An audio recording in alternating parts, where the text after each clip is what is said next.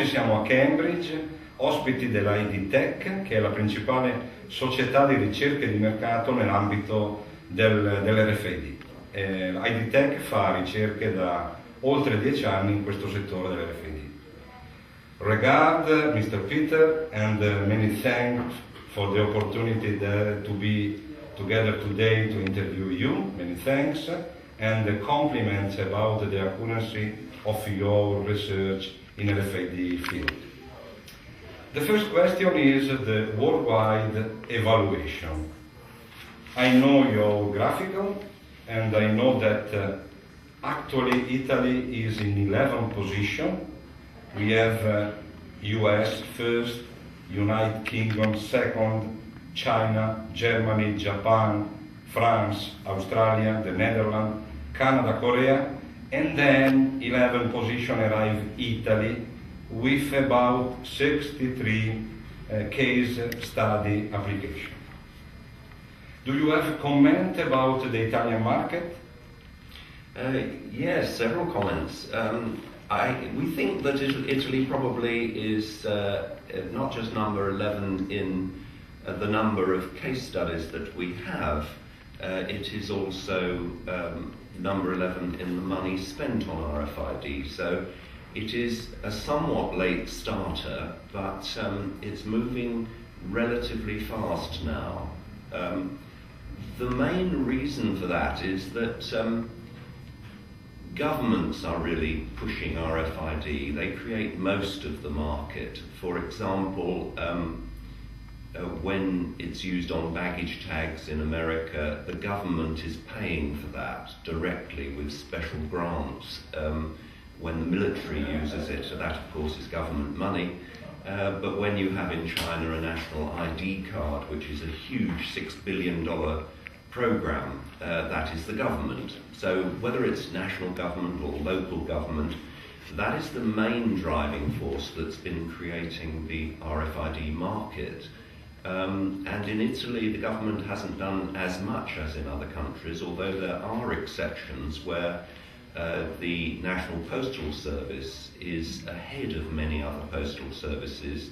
In Italy, it is quite advanced in the use of RFID, and the imaginative uses of RFID are coming in quite rapidly in Italy, so everything is changing. Thank you. May have the cost of a RFID chip the same cost in future of the barcode? What is your forecast about this combination price? Well, I think we have to distinguish between different RFID applications. It's diverging. We are getting very low-cost tags, and they have an application, but they're primitive. They can't perform many functions. But for mass use in disposable applications, we dream of tagging everything in the supermarket. We dream of tagging all letters and all books when they are manufactured.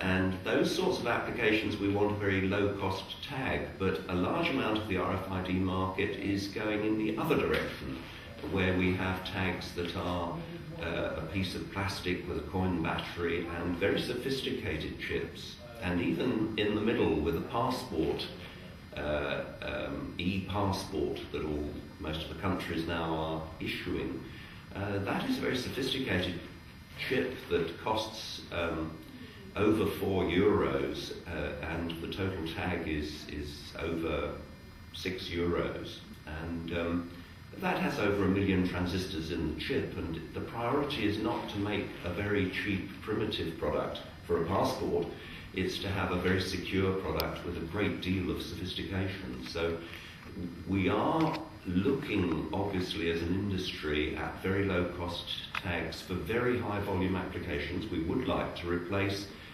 10 trillion barcodes a year. That's 10 million a year are printed as barcodes.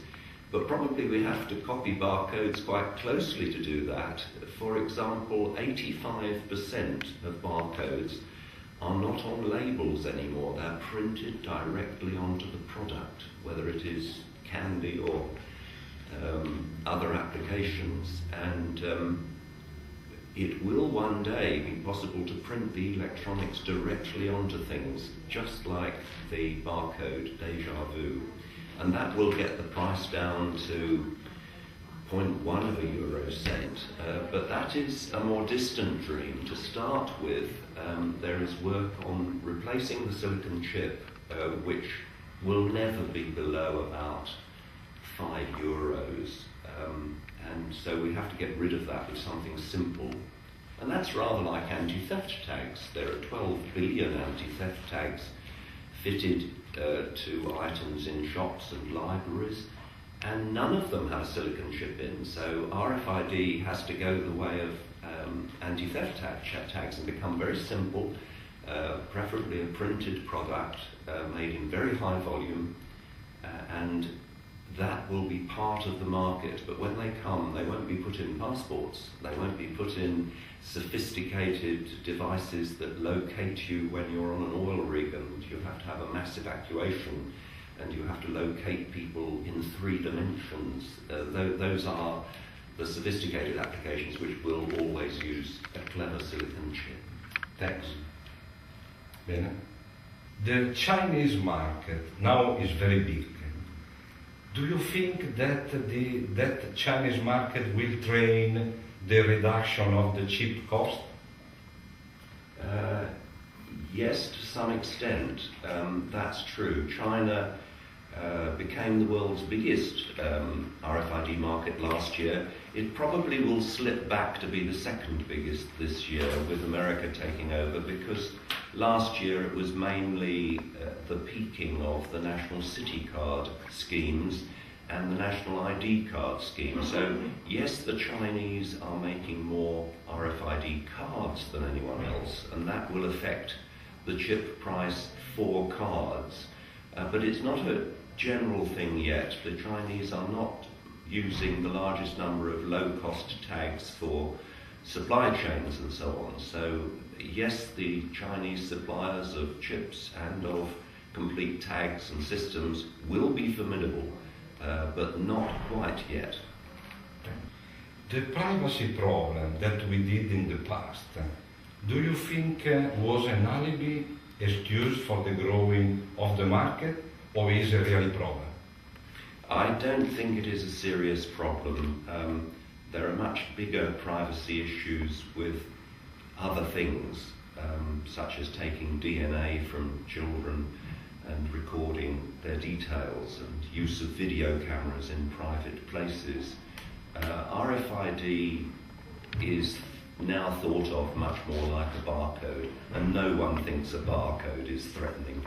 I think it is largely gone, and the market is moving forward very fast. It's not now a major issue. The RFID application, in terms of marketing, about the company that are using today the RFID, is an advantage in terms of marketing. For example, Walmart, Toyota, and other companies. What do you think about this? I think it does give them a considerable benefit. Some have a payback of under a year. Marks and Spencer's has a tremendous benefit. I think Walmart has rather less benefit because it has had some technical problems and other issues. So it varies, but some users, like Marks and Spencer's with tagging clothing in the UK, get a tremendous benefit. Tremendous benefit. Oh yes, yes. Thank you. Where the RFID is more developed, like in US, like in UK, in China, the reason why the diffusion of the RFID is the ROI, the return of the investment, or is the innovative application? What do you think about it? I think the first thing is the government spending big money. For instance, the largest RFID card scheme in the West has been the London Oyster card for buses and trains, and the local government decided to give tremendous benefits to users, so almost no one uses cash. So it's government push is the first thing. The first thing. The second thing is certain companies wishing to move ahead before the rest. So in Germany, the Metro group of supermarkets is well ahead of other general supermarkets, and in Britain Marks and Spencer's and so on. They're companies who use it for trading advantages and are leaders for that reason. Yes. Thank you.